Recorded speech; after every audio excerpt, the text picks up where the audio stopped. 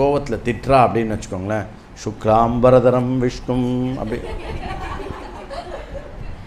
ஸ்லோகம் சொல்லியா திட்டுவோம்? இல்லை சரியாக படிக்கலைன்னு வச்சுக்கோ, நீ ஏன் இப்படி சரியாக படிக்காமல் என்னோட உயிரை வாங்குற, நீ சரியாக படிக்கலைன்னா உன் ஃப்யூச்சர் என்ன ஆகும்,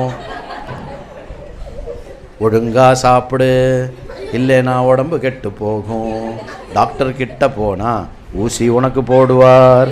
இப்படி அம்மா திட்டுவா? எப்படி திட்டுவா?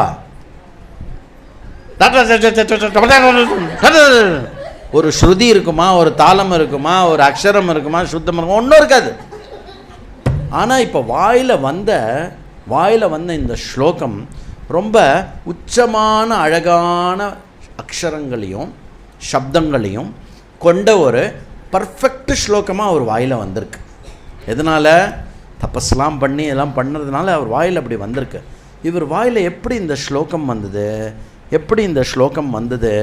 அப்படிங்கிறதையே யோசிச்சுண்டே அப்படியே அந்த இடத்துலேருந்து மனசு ஒப்பலை. அந்த இடத்துல அதுக்கப்புறம் கிளம்பு வா பரத்வாஜா நம்ம போகலாம் அப்படின்னு சொல்லி பரத்வாஜர் பின்னாடி எல்லாத்தையும் எடுத்துட்டு அவர் பின்னாடி அப்படியே போயிட்டார். நேராக அவருடைய இதுக்கு